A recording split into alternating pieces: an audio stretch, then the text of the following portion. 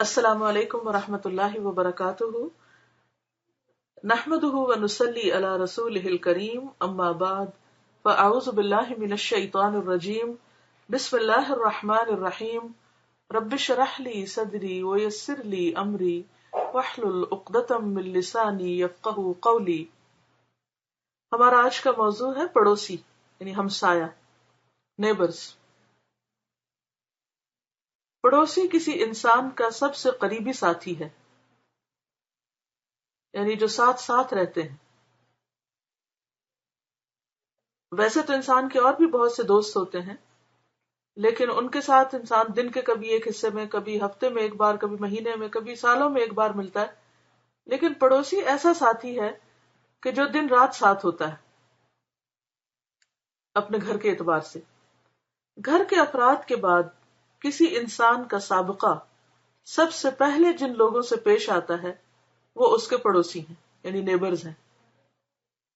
پڑوسی کو خوش رکھنا، اس سے اچھا تعلق قائم کرنا خدا پرستانہ زندگی کا ایک اہم پہلو ہے۔ خدا پرستانہ کیا ہے؟ یعنی تقوی والی زندگی، جس میں ہر چیز اللہ کی مرضی کے مطابق ہو۔ قرآن مجید میں سورۃ النساء میں آیت نمبر 36 کے اندر اللہ تعالیٰ نے بہت سارے لوگوں کے ساتھ جو احسان کا ہمیں حکم دیا ہے، ان میں خاص طور پر رشتہ داروں کے بعد، یتیم و مسکینوں کے بعد پڑوسی کا حق بتایا گیا۔ اللہ تعالیٰ کا ارشاد ہے، وَاعْبُدُوا اللَّهَ وَلَا تُشْرِكُوا بِهِ شَيْئًا وَبِالْوَالِدَيْنِ إِحْسَانًا وَبِذِي الْقُرْبَى وَالْيَتَامَى وَالْمَسَاكِينِ وَالْجَارِ ذِي الْقُرْبَى وَالْجَارِ الْجُنُبِ وَالصَّاحِبِ بِالْجَنبِ وَابْنِ السَّبِيلِ۔ اور اللہ کی عبادت کرو اور اس کے ساتھ کسی بھی چیز کو شریک نہ ٹھہراؤ۔ والدین کے ساتھ احسان کرو یعنی اچھا سلوک کرو۔ وَبِذِي الْقُرْبَى اور رشتہ داروں کے ساتھ، وَالْيَتَامَى اور یتیموں کے ساتھ، وَالْمَسَاكِينِ اور مسکینوں کے ساتھ، وَالْجَارِ ذِي الْقُرْبَى اور رشتہ دار ہمسائے کے ساتھ، یعنی ایسے رشتہ دار جو گھر کے ساتھ رہتے ہوں، گھر کے قریب ہوں۔ وَالْجَارِ الْجُنُبِ اور اجنبی ہمسائے یعنی جو رشتہ دار نہ ہو، خواہ وہ مسلمان ہو یا نہ ہو، یعنی جو رشتہ دار نہیں لیکن ساتھ رہتے ہیں۔ وَالصَّاحِبِ بِالْجَنبِ اور پہلو کے ساتھی یعنی دوست، ہم نشین، کولیگز وغیرہ۔ وابن السبیل اور مسافر، ٹریولر یا مہمان وغیرہ۔ وما ملکت ایمانکم اور تمہارے لونڈی غلام۔ ان اللہ لا یحب کیونکہ اللہ تعالی محبت نہیں رکھتا، من کانا کسی بھی اس شخص سے جو ہو، مختالا فخورا خود پسند، فخر کرنے والا، اکڑنے والا، خود کو بڑا سمجھنے والا۔ تو اس میں آپ دیکھیے کہ اللہ تعالیٰ نے پڑوسی کا حق قرآن مجید میں بتایا، احادیث سے بھی اس بات کا پتہ چلتا ہے۔ بخاری اور مسلم کی حدیث میں آتا ہے، آپ صلی اللہ علیہ وسلم نے فرمایا کہ جبریل علیہ السلام مجھے پڑوسی کی رعایت اور امداد کی تاکید کرتے رہے، یہاں تک کہ مجھے یہ گمان ہونے لگا کہ شاید پڑوسی کو بھی رشتہ داروں کی طرح وراثت میں شریک کر دیا جائے گا۔ یعنی اتنی زیادہ تلقین کی گئی ہمسایوں کے ساتھ اچھا سلوک کرنے کی۔ اور پھر آپ دیکھیے کہ غور کیجیے کہ اس میں تقسیم بھی کر دی قرآن نے کہ پڑوسی خواہ رشتہ دار ہو یا رشتہ دار نہ ہو، یا قریب رہتا ہو یا تھوڑے فاصلے پر ہو، یا یہ ہے کہ صرف ساتھ بیٹھ کے کام کرنے والا ہو، ان سب کا حق ہے اور ان سب کے ساتھ اچھا سلوک کرو، حسن سلوک۔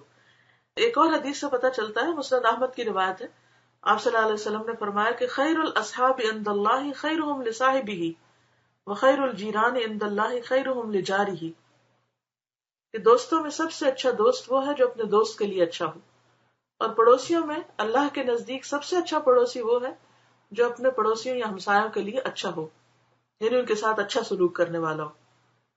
اور جیسا کہ ہم جانتے کہ حسن سلوک کا جو اپوزٹ ہے وہ بدسلوکی ہے، تو جتنا ہمسائے کے ساتھ اچھا سلوک کرنے کی تاکید ہے، اتنا ہی اس کے ساتھ برا کرنے کا گناہ بھی زیادہ ہے۔ آپ صلی اللہ علیہ وسلم کے بارے میں آتا ہے کہ مقداد بن اسود ایک صحابی وہ بیان کرتے ہیں، رسول اللہ صلی اللہ علیہ وسلم نے اپنے ساتھیوں سے فرمایا، زنا کے بارے میں تم کیا کہتے ہو؟ انہوں نے جواب دیا، اللہ اور اس کے رسول نے اسے حرام قرار دیا ہے، اس لیے یہ قیامت تک حرام ہے۔ مقداد کہتے ہیں کہ رسول اللہ صلی اللہ علیہ وسلم نے صحابہ سے پوچھا، اگر کوئی شخص، صحابہ کو بتایا، اگر کوئی شخص 10 عورتوں سے زنا کرے، اس سے کہیں زیادہ بڑا گناہ یہ ہے کہ اپنی پڑوسی کی بیوی سے زنا کرے۔ پھر آپ نے فرمایا، چوری کے بارے میں کیا کہتے ہو؟ تو صحابہ نے عرض کیا کہ چوری حرام ہے۔ پھر آپ نے فرمایا کہ اگر کوئی شخص 10 گھروں سے چوری کرے، اس سے کہیں زیادہ بڑا گناہ ہے کہ کوئی شخص اپنے پڑوسی کے گھر سے چوری کرے۔ تو اس سے آپ اندازہ لگا سکتے ہیں کہ ہمارے ہمسایوں کا ہم پر کتنا حق ہے۔ تو پڑوسی خواہ اپنے مذہب کا ہو یا غیر مذہب کا، خواہ اپنی قوم کا ہو یا دوسری قوم کا، وہ ہر حال میں قابل لحاظ ہے، یعنی ہر لحاظ سے اس کے ساتھ اچھا سلوک کرنا چاہیے۔ ہر حال میں اس کا وہ حق ادا کیا جائے گا جو شریعت اور انسانیت کا تقاضا ہے۔ یعنی کچھ حق تو ہمیں اللہ سبحانہ وتعالیٰ نے فرائض عائد کر دیے کہ ہمیں دوسروں کے حقوق ادا کرنے، اور کچھ ان کے انسان ہونے کے اعتبار سے ہمیں اللہ تعالیٰ نے جو سینس دی، عقل دی، اس اعتبار سے بھی ان کا ہم پر حق ہوتا ہے۔ حدیث میں ہے، رسول اللہ صلی اللہ علیہ وسلم نے فرمایا، خدا کی قسم وہ مومن نہیں، خدا کی قسم وہ مومن نہیں، خدا کی قسم وہ مومن نہیں جس کی برائیوں سے اس کا پڑوسی امن میں نہ ہو، یعنی جس کے پڑوسی کو اس سے تکلیف پہنچے، ایسے شخص کا تو ایمان خطرے میں۔ اس حدیث کے مطابق اگر کوئی مسلمان اپنے پڑوسی کو ستائے، وہ اس طرح رہے کہ اس کے پڑوسی کو اس سے تکلیف پہنچے، یعنی ایسی زندگی بسر کرے کہ دوسروں کو اذیت دے، وہ اپنے پڑوسی کے لیے دل آزاری کا سبب بن جائے، یعنی دل دکھانے کا، ہرٹ کرنے کا، تو ایسے مسلمان کا ایمان اور اسلام ہی مشتبہ ہو جائے گا، شک میں پڑ جائے گا۔ کسی آدمی کی انسانیت اور اس کے دینی جذبے کی پہلی کسوٹی اس کا پڑوسی ہے، یعنی اگر اس کو اپنا ایمان جانچنا ہے یا اس کا جائزہ لینا ہے تو اسے کیا دیکھنا ہوگا کہ اس کے پڑوسی اس کے بارے میں کیا کہتے ہیں۔ پڑوسی اس بات کی پہچان ہے کہ آدمی کے اندر انسانی جذبہ ہے یا نہیں، اور یہ کہ وہ اسلامی احکام کے بارے میں حساس ہے یا غیر حساس، یعنی سینسیٹیو ہے، اسے جانتا ہے، پہچانتا ہے، مانتا ہے، کچھ کرتا ہے یا نہیں۔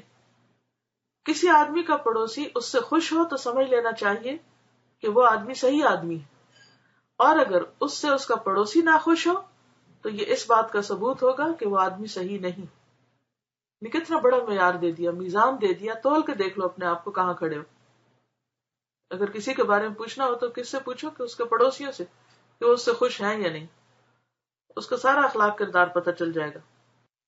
پڑوسی کے سلسلے میں شریعت کے جو احکام ہیں، اس سے اندازہ ہوتا ہے کہ مومن کو چاہیے کہ وہ اپنے پڑوسی کی یک طرفہ طور پر رعایت کرے، یعنی وہ اچھا سلوک نہ بھی کرے تو یہ کرے، وہ پڑوسی کے رویے کو نظر انداز کرتے ہوئے اس کے ساتھ حسن سلوک کی کوشش کرے، کیونکہ اگر ہم برابر کا معاملہ کریں گے تو کبھی کامیاب نہیں ہو سکتے، کیونکہ انسان کو دوسرے انسانوں سے کچھ نہ کچھ شکایتیں تو رہتی ہیں۔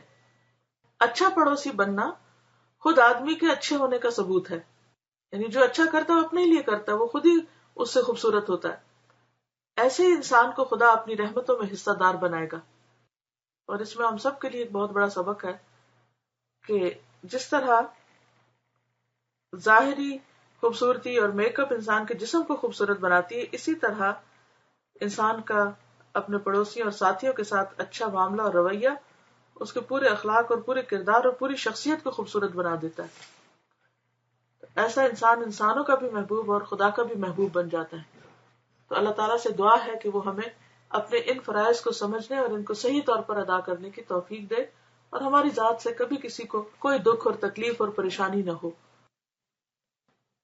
ہم نے پڑوسی کے بارے میں پڑھا، الحمدللہ ہم جس جگہ رہتے ہیں ہمارے پڑوسی بہت نیک ہیں۔ ہم لوگ بہت زیادہ ملاقات تو نہیں کرتے مگر ایک دوسرے کی خبر رکھتے ہیں، اور جب ضرورت پڑے تو ممکن حد تک ایک دوسرے کی مدد کرتے ہیں۔ میں جب 2 سال پہلے پاکستان گئی تو میرے شوہر اور 2 بیٹوں کو کبھی کھانے کا مسئلہ نہ ہوا، پڑوسیوں نے بہت خیال رکھا۔ اسی طرح جب میری سرجری ہوئی تو ان کی وجہ سے میں نے اچھی طرح آرام کیا۔ جب ہم لوگ مجھے سادہ موو ہونے کا سوچ رہے تھے تو ہمارے نیبر نے بہت روکا کہ گھر بیچ کر اس کمیونٹی کو چھوڑ کے نہ جائیں۔ پھر ہمیں لگتا ہے کہ گھر کی ایک بھی اچھی آفر نہ آئی، اور شاید یہ سب ان پڑوسیوں کی دعائیں تھی۔ استاذہ، میں نے سنا ہے کہ ہمسائے 40 گھروں تک ہوتے ہیں، کیا یہ بات اوتھینٹک ہے؟ یہ بات کافی مشہور ہے لیکن ایک ضعیف حدیث پر مبنی ہے. قرآن مجید میں جو پڑوسیوں کی تقسیم آتی ہے وہ رشتہ دار پڑوسی، اجنبی پڑوسی اور ساتھ رہنے والے لوگ، لیکن 40 گھروں کی بات جو ہے یہ درست نہیں ہے. بہرحال انسان کی جہاں تک ہمت استطاعت ہو اپنے دائیں بائیں جو بھی لوگ ہیں ان کا خیال رکھے، اپنی اذیت سے ان کو بچائے، اور جب ان کو ضرورت پیش آئے ہماری تو ہم ان کے کام آئیں. وآخر دعوانا ان الحمد للہ رب العالمین. سبحانک اللہم وبحمدک نشہد ان لا الہ الا انت نستغفرک ونتوب الیک. السلام علیکم ورحمۃ اللہ وبرکاتہ.